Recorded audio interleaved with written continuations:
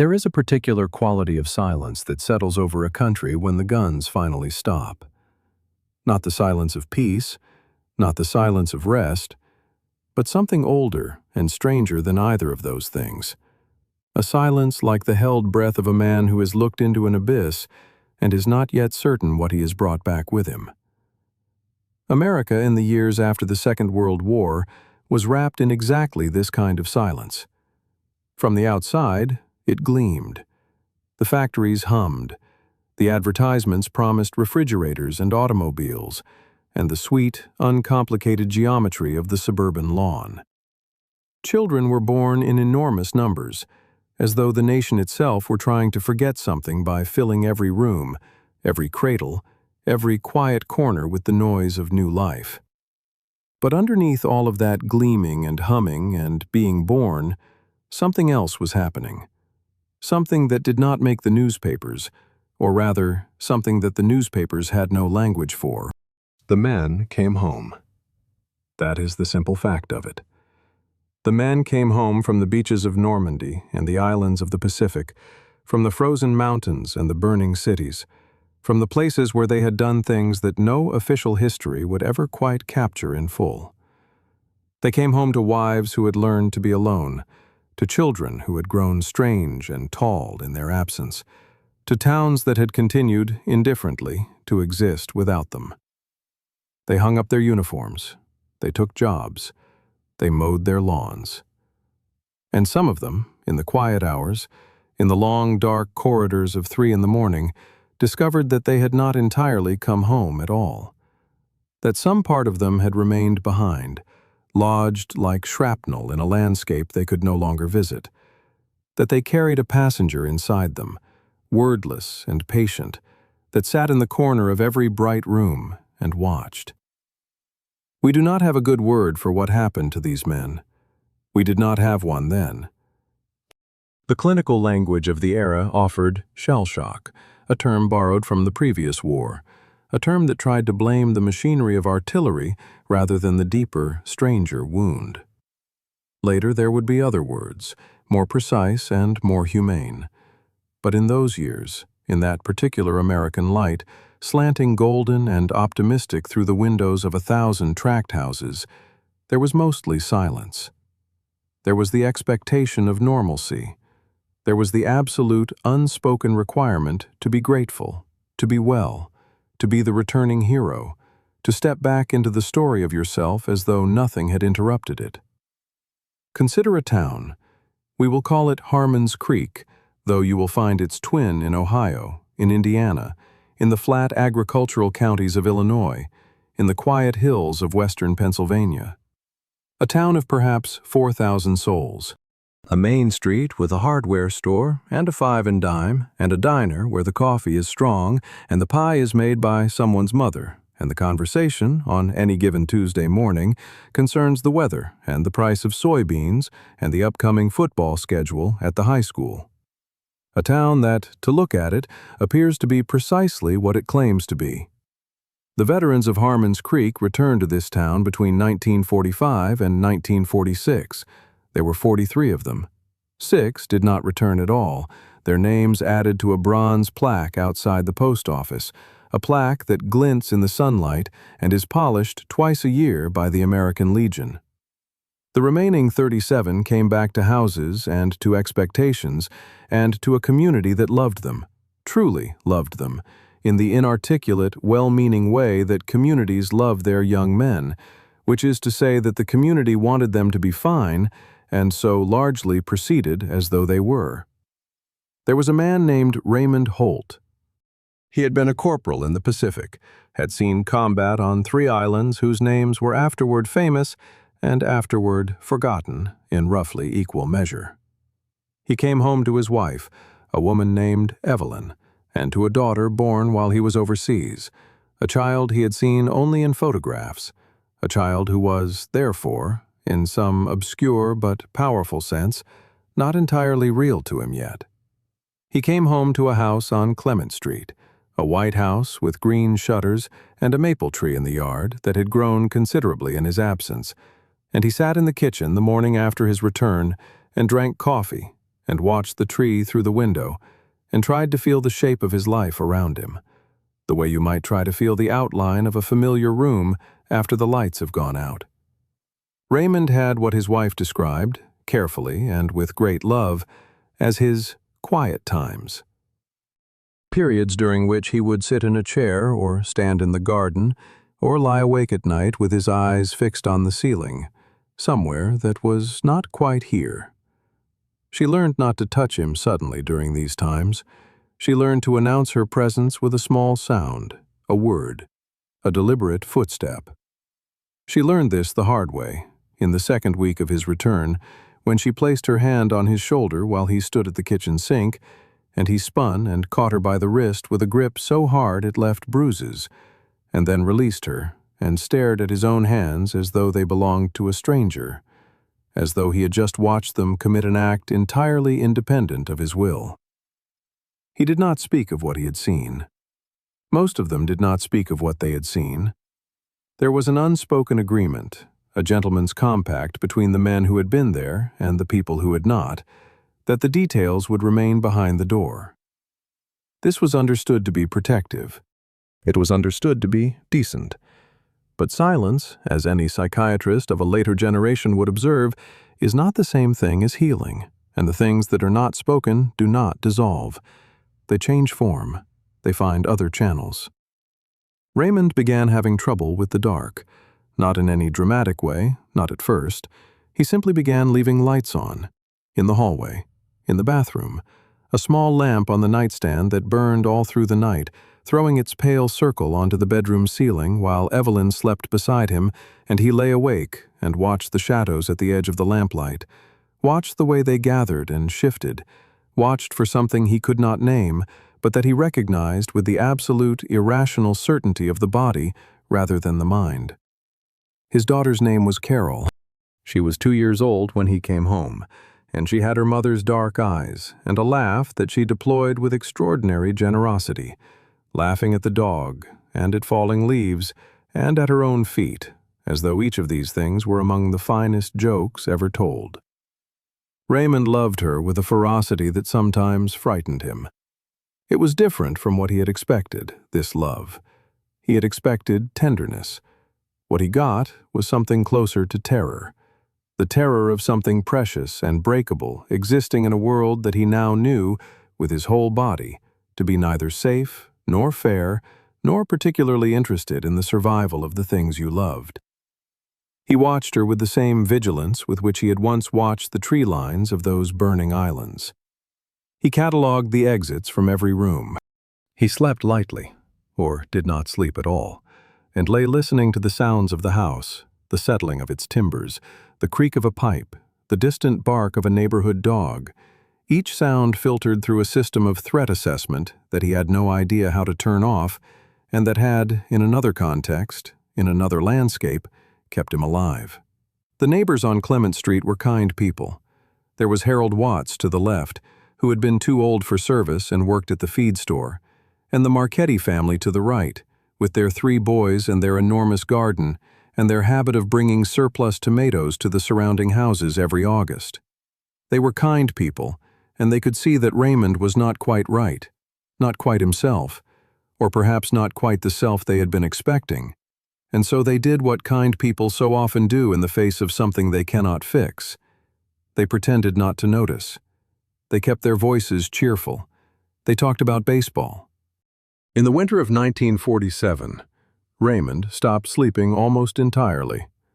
He sat in the kitchen at night with the lights on and drank coffee, and sometimes he sat with a notebook in which he wrote things and then crossed them out heavily, with the methodical thoroughness of a man trying to redact his own mind. Evelyn, who was a practical woman, and a courageous one, who had run the household for 3 years alone, and had no romantic illusions about the limits of love to solve problems on its own, found a doctor in a city 40 miles away. A doctor who had worked with veterans. She made the appointment herself and told Raymond about it afterward, not asking, but presenting it as a settled matter, as though the appointment were simply a thing that was happening, a fact as neutral as the weather. Raymond went. He sat in the doctor's office, a room of dark wood paneling and framed certificates, and a window that looked out onto an alley where a pigeon was making its circular, demented investigation of a patch of concrete, and he answered questions. He answered them carefully and partially, the way a man who has been trained to provide only name, rank, and serial number under duress provides information under duress, offering enough to satisfy the formal requirement while keeping the real contents locked somewhere the questioner could not reach. The doctor gave him a diagnosis in language that Raymond did not entirely understand. He gave him pills that were supposed to help him sleep. Raymond took them home and put them in the medicine cabinet, and looked at them for several days before taking one and sleeping, finally, for 11 hours, and waking in the late afternoon of a gray November day with the particular disorientation of a man who has been someplace else entirely and is not certain the return journey was complete. What Raymond did not tell the doctor, what he did not tell anyone, not Evelyn, not the chaplain he had spoken to briefly in a tent on a Pacific island, not the men who had been beside him in those specific, terrible moments that lived in the architecture of his body like load-bearing walls, was about the face. There was a face, he saw. In the dark, in the edge of the lamplight, in the corner of rooms, in the space between waking and sleep. A face that was not a hallucination in any sense he could clearly distinguish from reality, because it did not appear to him as something supernatural or impossible. It appeared to him with the ordinary, terrible clarity of a memory. It was the face of a young man he had killed on a specific day on a specific island, a young man who could not have been more than 17 and who had come out of the undergrowth at a moment when Raymond was operating entirely on reflex, on training, on the body's faster wisdom, and who was dead before Raymond's conscious mind had fully registered what was happening. He had killed others. He understood this in the abstract, in the way that soldiers who survive combat understand it as a category of their experience. But this face had specificity. This face had individuality. This face had the look, in the last fraction of a second, of someone who was surprised. Not afraid, not angry, but surprised, as though the fact of dying were an event he genuinely had not anticipated, as though he had believed, right up until the moment he was disabused of the belief, that he was going to be all right. Raymond did not believe in ghosts. He had grown up Methodist and had come to a working relationship with uncertainty about most metaphysical questions, but the credulity required by ghosts as conventionally understood was beyond what he could manage. What he believed in, though he would not have used this word, was the persistence of the past within the structure of the present. He believed that time was not entirely linear in the way the clock suggested. He believed that certain moments continued to happen, kept happening, like a stuck record, somewhere in the body, if not in the calendar. The face visited him regularly through that winter and into the spring. It was not malevolent. That was the strangest thing, the thing that Evelyn, had he told her, would perhaps have found hardest to understand. The face did not accuse him. It only appeared, and in appearing, made a kind of claim. A claim of reality. A claim of having existed. A claim that said, "I was here. I was here, and you were there. And something happened between us that cannot be explained away, or filed, or catalogued, or placed on a bronze plaque outside the post office. Something happened, and it has not finished happening." Raymond was not unique. On Clement Street and on the streets around it, in the houses where the lights burned through the night and the televisions played their new, strange light into the living rooms, and the children grew, and the lawns were mowed with a regularity that constituted its own kind of prayer, other men sat with their private versions of the same unbearable thing. Some drank. The drinking was understood and accommodated, and folded into the texture of everyday life with a flexibility that the culture would not have extended to almost any other symptom. Some became remote, inhabiting their houses like long-term guests, polite and quiet and essentially elsewhere. Some became violent, with the sudden, baffling violence of a weather system, a violence that arrived without warning and departed equally without warning, and left the family sitting in its aftermath like people surveying damage, uncertain even of the season. One of these men was named Gerald Foss. He lived 4 blocks from Raymond, on a street with more trees, and he worked at the glass factory on the edge of town, a factory that made bottles, millions of bottles that went out into the world carrying their contents of ketchup and medicine and Coca-Cola and aspirin. And Gerald Foss stood at a machine 8 hours a day and fed the glass into the molds and watched the bottles come out complete and whole. And he thought, sometimes, in the strange meditative space of repetitive work, about wholeness, about what it meant to be a complete vessel, to have no cracks, to hold what you were supposed to hold without leaking. Gerald had fought in Europe. He had gone in through France and come out the other side in Germany, and what he had seen in Germany in the final months of the war was the kind of thing that reorganized a man's understanding of human beings, reorganized it at such a fundamental level that the reorganization was itself the injury, not any specific event, or rather, a specific event that was so large it had ceased to be an event and had become instead a new knowledge, a new and permanent awareness of what was possible, of what the species was capable of what the world had permitted while the advertisements continued and the crops continued, and the ordinary days continued to present themselves as though nothing were happening, nothing at all. Gerald did not talk about what he had seen. He talked about football, and he talked about the price of beer, and he talked about the performance of his 1939 Ford with the authority of a man who understands engines. And when he talked about these things, he was genuine. He was present. He was Gerald. And you would have said, sitting across from him at the bar of the American Legion, that there was nothing wrong with this man that a few more beers and a good night's sleep wouldn't fix. But Gerald wept in the shower, silently, with the water covering the sound, with the particular economy of a man who has allocated a specific time and a specific location for a thing that cannot be entirely prevented. He wept in the shower every morning before work, and then he shut it off, and he dried himself, and he dressed in his work clothes, and he ate his eggs, and he kissed his wife, and he drove to the factory, and he stood at his machine, and he fed the glass into the molds, and he watched the bottles come out complete and whole. His wife's name was Patricia. She knew about the shower, and she said nothing. This was not indifference. This was the deepest kind of love that she knew how to express, which was to protect his privacy while staying close enough that he knew she was there. She brought him coffee in the evenings. She sat beside him on the couch when they watched the television.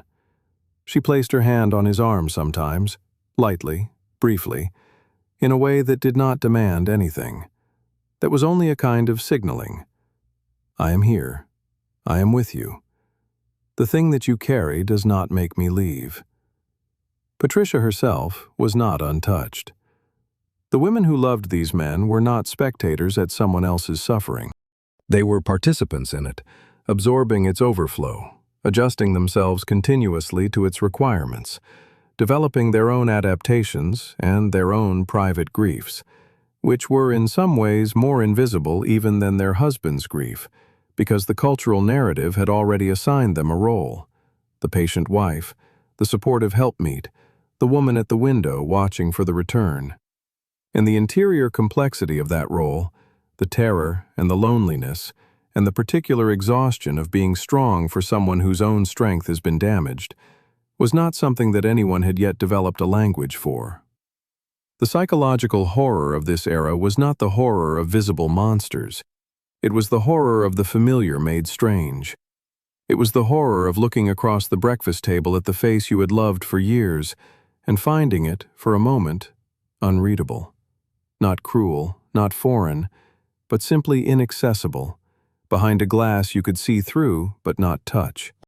It was the horror of a child who learns to read the weather of a parent's mood with the accuracy of a barometer, who develops, without understanding what they are doing, an exquisite and precocious sensitivity to the particular quality of a silence, a footstep, a movement in the next room. Carol Holt grew up in her father's silence, the way trees grow in relation to the prevailing wind, shaped by it, accommodated to it, leaning instinctively away from the direction of the pressure, while appearing, to someone who did not know the prevailing wind, to be simply a tree. She learned to be quiet and careful. She learned to present a surface of cheerfulness that functioned as a kind of armor, that said to the adults around her, "I am fine. Nothing unusual is happening here. You need not look more closely." She was a perceptive child, and a lonely one, and she channeled her perceptions into the observation of small things, the behavior of insects, the patterns of water, the way a shadow moved across a wall as the afternoon progressed. Because small things were manageable, were finite, had edges you could perceive. There were nights when she heard her father in the kitchen. She would lie in her bed in the dark and listen to the sounds of him moving, the chair being pulled out from the table, the quiet of him sitting in the lit room below, and she would feel around these sounds a complicated mixture of comfort and unease, the comfort of his presence and the unease of its particular quality. And she would lie there in the exact middle of these two feelings and stare at the ceiling and count the flowers in the wallpaper and wait for morning. When she was 5, she told her mother that Daddy's nighttime person was different from his daytime person. Evelyn, washing dishes at the sink, was quiet for a moment. And then she said that everyone has different times of day, and Carol accepted this explanation the way children accept explanations they sense are both true and incomplete. America itself was conducting a version of this same negotiation. The post-war years were, in their outward form, a remarkable performance of optimism, of confidence, of forward motion. The GI Bill sent men to college and into professions. The suburbs expanded. The economy grew in ways that seemed to validate every assumption about the exceptional nature of the American project. The future was a gleaming object, fully funded and perpetually arriving. But beneath the performance, in the cultural undertow, certain shadows moved. The horror movies of those years were not accidentally shaped as they were. The creature features, the invasion narratives, the science fiction of bodily replacement and social conformity, these were not merely entertainment. They were the dreaming mind of a culture processing things it could not process awake. The creature that comes from outside and wears a human face. The body that is invaded, replaced, made to seem normal, while something alien operates within. These were not idle fantasies. They were the precise symbolic language of a generation's collective anxiety. The anxiety of men who had discovered that certain things could happen in the world, and yet the world continued to look exactly as it always had. The anxiety of families who had learned that a person could be present and absent simultaneously, that proximity was not the same as connection, that the house with the lights on could contain its own species of darkness. Raymond Holt, in the autumn of 1949, drove alone to a lake some 40 miles from Harmon's Creek.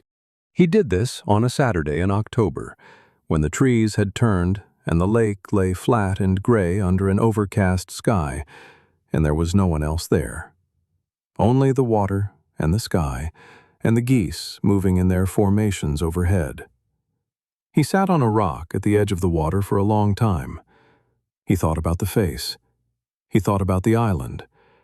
He thought about Evelyn and Carol in the White House on Clement Street. He thought about the maple tree in the yard that had grown considerably in his absence. What happened in the next hours on the shore of that lake is not something that anyone witnessed, and therefore not something that can be reported in the way that events with witnesses are reported. What can be said is that Raymond returned to Harmon's Creek in the early evening, drove down Clement Street, parked in the driveway, and sat in the car for some time before going inside. Evelyn was making dinner. Carol was on the living room floor with a puzzle. The dog was asleep by the radiator. The smell of the house was the smell of his house, specific and irreplaceable, the accumulated olfactory history of this particular life. He sat down on the floor beside Carol and looked at her puzzle. She showed him the piece she was looking for. He found it after a moment and handed it to her, and she clicked it into place with a sound of satisfaction.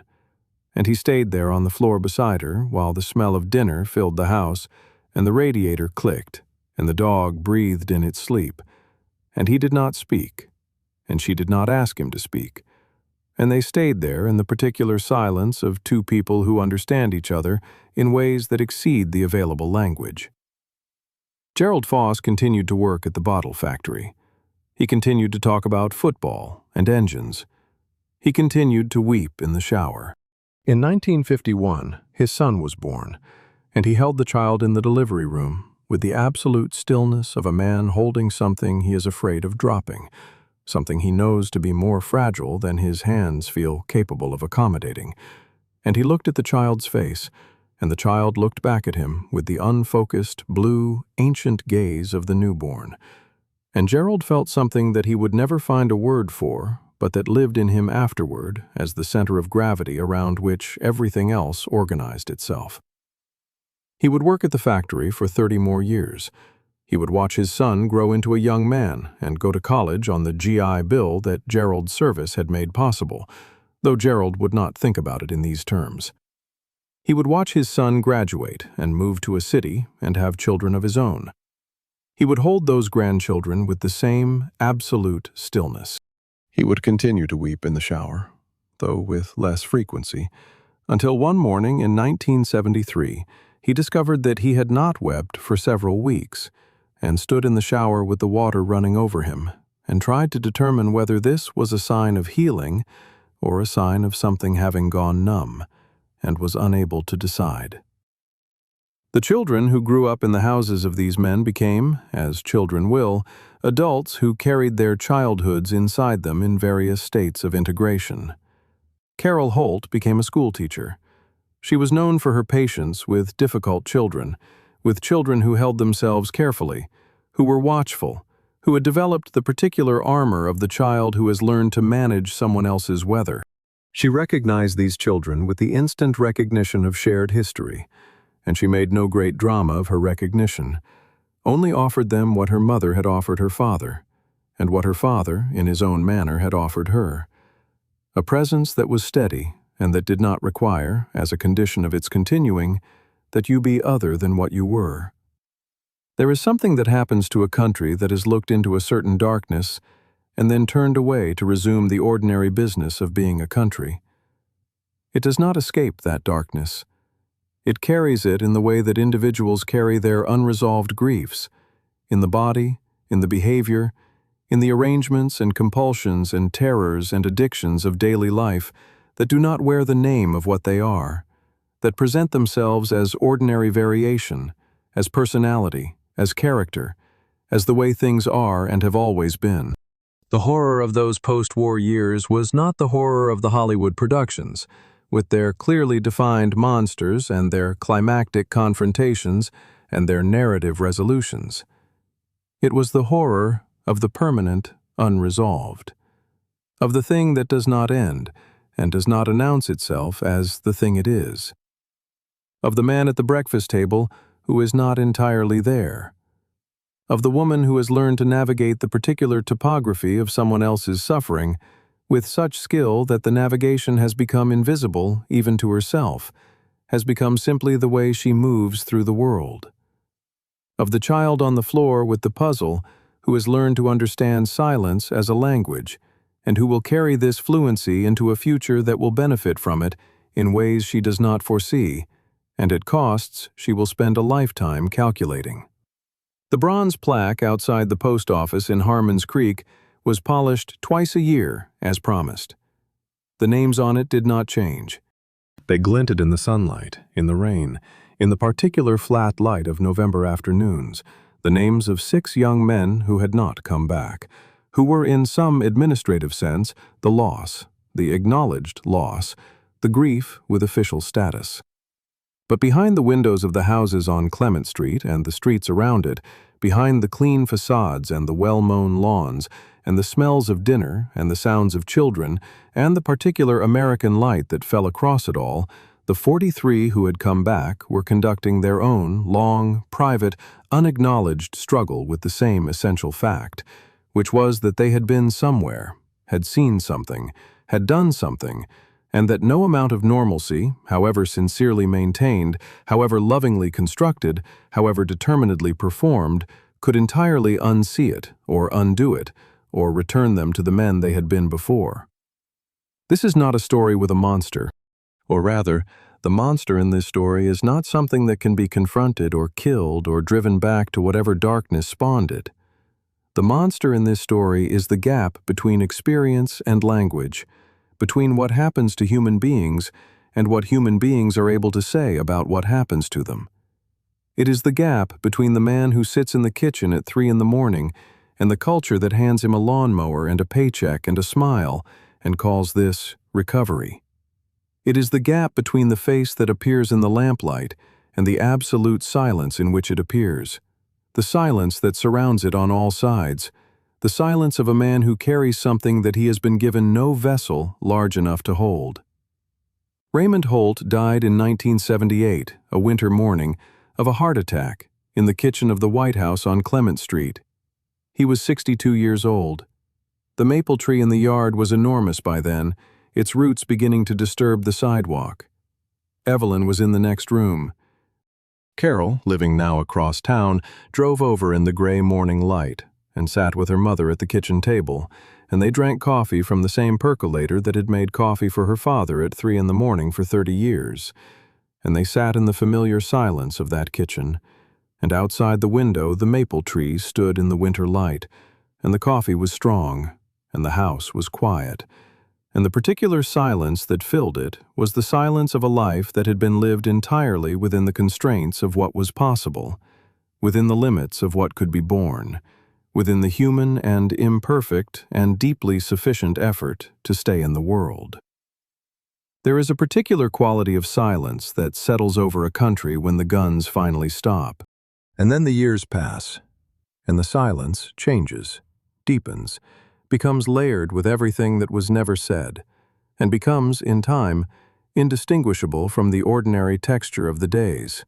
And the children of the silence grow up and have children of their own, and the silence passes forward, diluted and transformed, but not entirely gone, the way a river passes through a landscape, shaping what it touches, carrying what it carries, moving always toward some distant and perhaps unreachable sea.